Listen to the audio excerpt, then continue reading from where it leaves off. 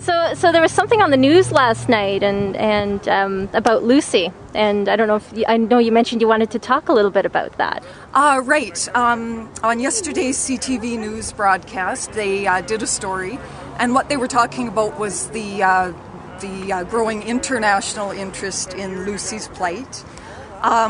It was disappointing to see, however, that they left so much out of that story that would have been very helpful for the public to know. For example, to me, when I think of international interest in Lucy's situation, right away I think of the fact that the city was sent a letter by Dr. Joyce Poole. She's of Elephant Voices and is the world's foremost expert on elephants. This woman is a PhD in elephant behavior from Cambridge University and has spent decades with hands-on experience with elephant populations. You know, she's the expert of experts, and this woman is endorsing the move of Lucy from this zoo to Paws or Tennessee. And I thought that is a critical piece of information. It's really unfortunate that was not mentioned in that story. Like what kind of things was she saying specifically about Lucy? She was talking about the same issues that we've brought up time and time again, that this climate is not suitable for her, her housing is unsuitable, her needs can't be met here.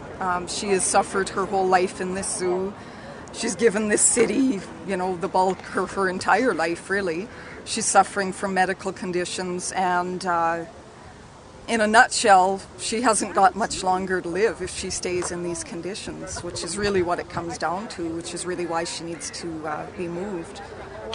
You know, one thing that I still have a hard time wrapping my head around is this Valley Zoo argument that they make, which seems to contradict itself. Like in one breath they'll say, she's happy, she's healthy, she loves us, this is her home, this is where she needs to be. And then in the next breath, when they see, you know, the sanctuaries where she could go to and how much better it would be for her, they say, no, she's too sick to move, she'll die en route, which seems to conflict, you know. Is she sick or is she not sick?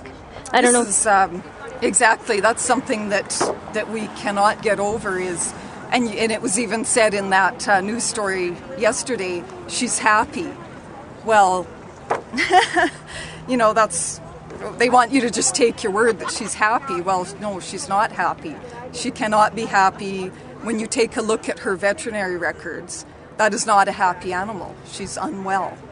How can she be happy when a very highly social animal who depends on interaction with its own species, who lives in a tight-knit family from birth to death, is kept alone, contrary to the Alberta government zoo regulations, contrary to the guidelines of the Canadian Association of Zoos and Aquariums.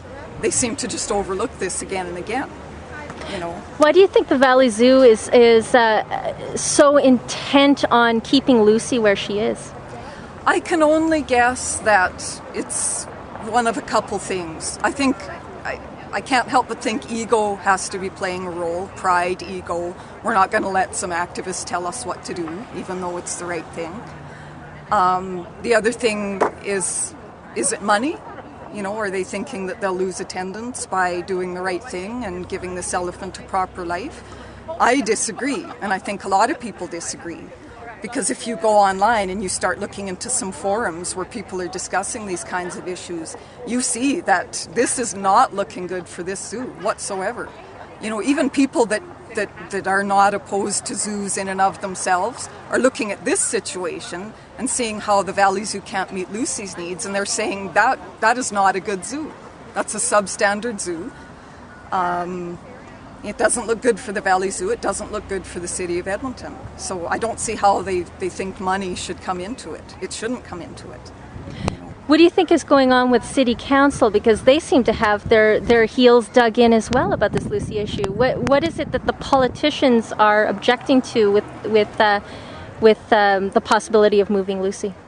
To date, it seems that they just seem to take any attempts that activists have made to contact them and open discussion on the issue. They seem to just run to the zoo administration right away. take their little spiel and then close it down from there. No, Lucy's too sick to move, but at the same time she's happy. There you go. You have that, that dichotomy there going on. She's happy, but she's sick. Which way is it? Which way is it today? If we want people to think she should stay here, we say she's happy, but at the same time, she's too sick. Well, how can she be happy and sick at the same time? But we see the city council, who should be taking a proactive role, should be playing a leadership role here, should be looking at the facts, looking at all the evidence, which is heaped in favor of Lucy getting out of here. Instead, they're just going to the zoo, and the zoo is saying, no, she's fine. We've got experts. She's fine. She's got to stay here. And they're just leaving it at that. So far, that's what it seems to be happening. I think what's a very important point is the zoo keeps touting these experts. Well, we've got experts, and we're not going to listen to activists because we've got experts. Well, you know what? There's a lot of activists who are experts who are saying Lucy has got to be moved. Dr. Joyce Poole. There was a fantastic report submitted to the city by Edmonton's own Dr. Debbie Zimmerman. She's a veterinarian. She has a degree in biology with a specialization in zoology. She also has experience in treating wildlife, veterinary issues. This woman has experience. She's a well-respected member of the business community in this very city. She did a fantastic report. You read that cover to cover, it gives you irrefutable evidence as to why Lucy has to go. Yet, to date, as I understand that they've ignored it and have not even offered her the opportunity to meet with them and discuss the matter. Well, this is the other thing that I wanted to ask you about. It sounds very unfair that the zoo is saying things like, well, these experts have not had experience with Lucy, they have not examined Lucy, and we're not hearing anything new from these activists. I've heard this several times, Dean Treckel and Denise Prefontaine both saying this, and yet they are the gatekeepers. Mm-hmm. They are the ones that decide who gets in to look at Lucy, and there you go. I mean, this is a reason why the city plays such an important role. It's a city-owned zoo. They have the ability to say to the zoo, you have to let an independent expert in to evaluate Lucy, and they're not stepping up and doing this. I had a question, but I'm not sure what the question was. You've made some very good points there. One is, they are the gatekeepers, and whenever they speak to the media, of course, they don't mention any of this input from these extremely reputable people. It also needs to be known that the Valley Zoo was offered a team of the most experienced elephant veterinarians on the planet, and they turned it down flat. Why? Even before any implication was made in association with that offer that it would lead to her being moved, the offer was made simply let her be assessed. Obviously, if she's too ill to be moved, then how she is being treated currently is not adequate. It's not doing the job. So let's get some people in who can offer a fresh perspective, who can maybe more adequately deal with these veterinary issues. Even if that didn't lead to her being moved, at least it would lead to a higher quality of life for Lucy right now. Why did they turn that down? That to me is such a red flag. Why? If you care about Lucy, which they say again and again, we love Lucy, oh, we care for her so well, well, then you would be jumping at the chance to have that offer at no cost for experts to come look at her and offer some perspectives on her treatment. Why?